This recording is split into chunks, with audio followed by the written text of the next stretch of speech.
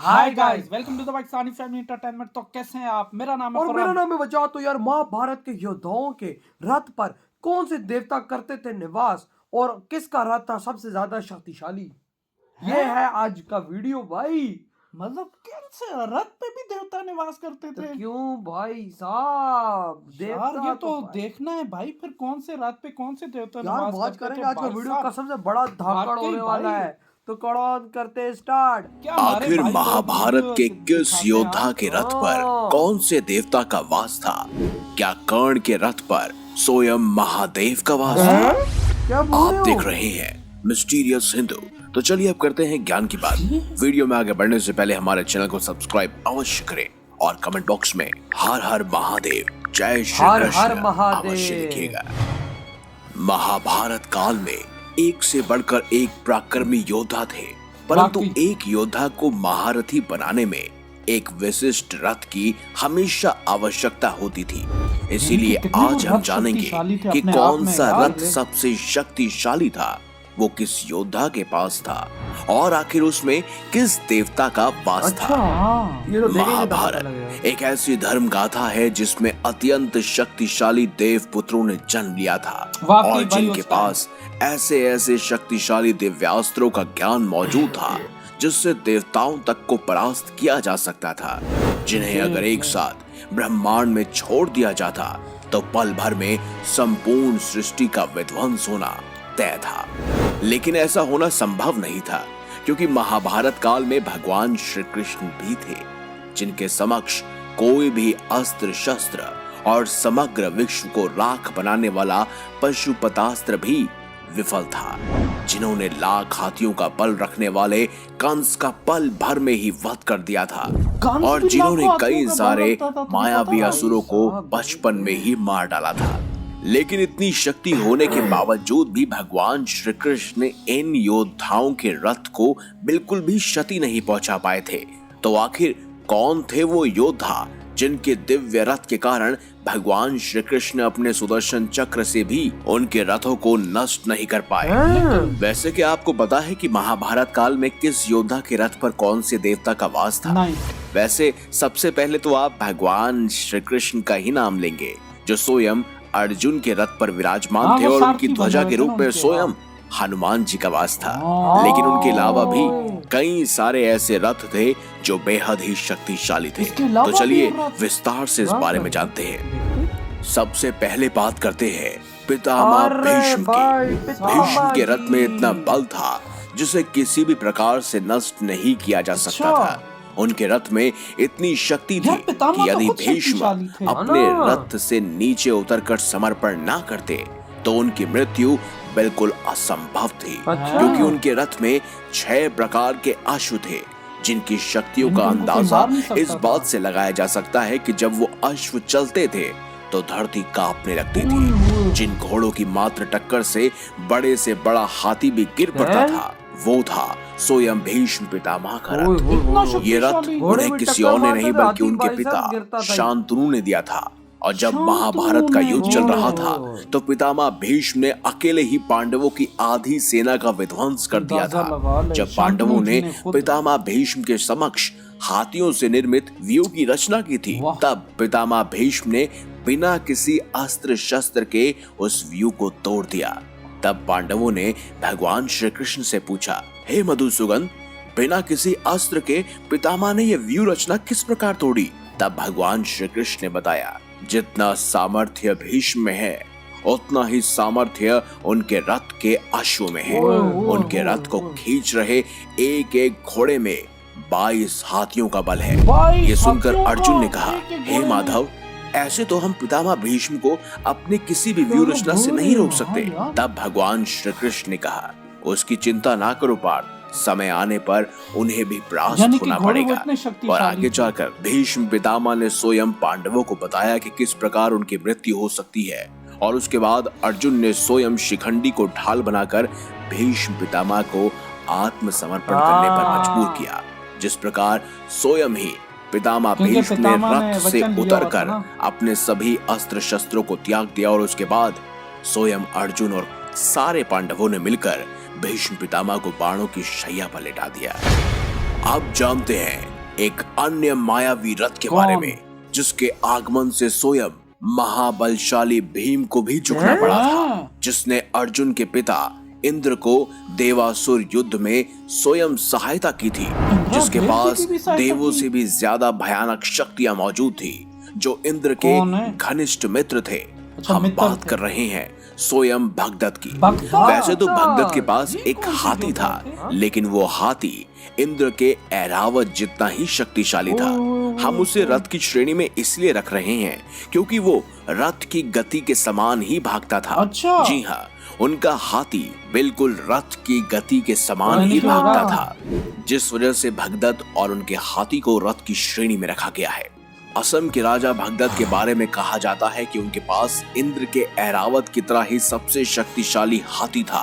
उसका नाम था संप्रतीक। कहते हैं उसके हाथी को मार पाना किसी के भी बस की बात नहीं थी। उनके हाथी के आगमन से ही समस्त सेना थर थर कांपने लगती थी।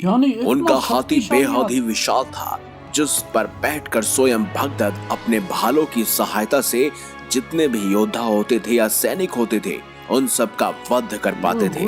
और इसीलिए उनको मार पाना बेहद ही मुश्किल था, क्योंकि कोई भी सैनिक हो या कोई भी योद्धा हो, जब कभी भी वो भगदत्त से सीधे तौर पर मुकाबला करता तो उसे सबसे पहले उनके हाथी संप्रतीक से मुकाबला करना पड़ता, जो बेहद ही क्रूर और शक्तिशाली था। लेकिन कहते हैं ना, जिसके साथ स्वयं भगवान श्री कृष्ण हो, वो आसानी से किसी भी विपदा को पार कर सकता है। ऐसे में अर्जुन ने भगवान श्री कृष्ण के दिशा निर्देश में आकर स्वयं भगदत्त का वध किया था। अब बात करते हैं महाभारत के सबसे शक्तिशाली रथों में से एक, जो स्वयं भीष्म पितामह के रथ से भी अधिक शक्तिशाली था। परंतु कहते हैं ना, विडंबना बड़ी ही अनोखी होती है। इस योद्धा की मृत्यु का कारण कोई और नहीं बल्कि स्वयं इनका ही रथ बना था। ऐसा महान योद्धा यदि चाहता तो समस्त सृष्टि को अपने अधीन कर लेता, जिसने अर्जुन जैसे महान शक्तिशाली योद्धा को भी भयभीत किया, जिसके आगमन से कुरुक्षेत्र में मायावी राक्षसों का आगमन खत्म हो गया, जो बड़े कुल में होते हुए भी नीच कुल का कहा गया। हम बात कर रहे हैं अत्यंत शक्तिशाली सूर्यपुत्र कर्ण की। महारथी कर्ण के बारे में कौन नहीं जानता। उनकी धनुर्विद्या की प्रशंसा स्वयं भगवान श्री कृष्ण ने भी की थी। उनके पास अमृत से निर्मित कवच कुंडल बचपन से ही मौजूद थे, जिसे कोई भी दिव्यास्त्र नष्ट नहीं कर सकता था। इसीलिए महाभारत शुरू होने से पहले ही भगवान श्री कृष्ण ने इंद्र से कहकर कवच कुंडल को उतरवा लिया। उसके बाद सूर्यदेव स्वयं भगवान श्री कृष्ण के पास पहुंचे और उनसे कहा, भगवान, ये तो बड़ा ही अन्याय है। मेरा पुत्र तो इन कवच कुंडल के साथ बचपन से ही जन्मा था। तब भगवान श्री कृष्ण ने कहा, हर कर्तव्य के पीछे एक उद्देश्य होता है, परंतु आज आपका कर्तव्य है आप अपने पुत्र को युद्ध से पहले हर पिता की तरह भेंट दे दीजिए। तब सूर्यदेव ने कर्ण को अपना दिव्य रथ प्रदान किया था, जो युद्ध के दूसरे पहर तक अत्यंत शक्तिशाली रह सकता था, परंतु दूसरे पहर के बाद उसकी शक्ति विलुप्त हो जाती थी और इसी कारण कर्ण की मृत्यु भी दूसरे पहर के बाद ही हुई थी। लेकिन कहते हैं कि कर्ण का रथ बेहद ही शक्तिशाली था, क्योंकि उसमें स्वयं सूर्यदेव और देवों के देव महादेव का वास था। ये कहा जाता है कि कर्ण के रथ में स्वयं महादेव का वास था, जिसकी ही शक्ति के कारण अर्जुन के बड़े से बड़े दिव्यास्त्र भी कर्ण के रथ को चकनाचूर नहीं कर पाए थे।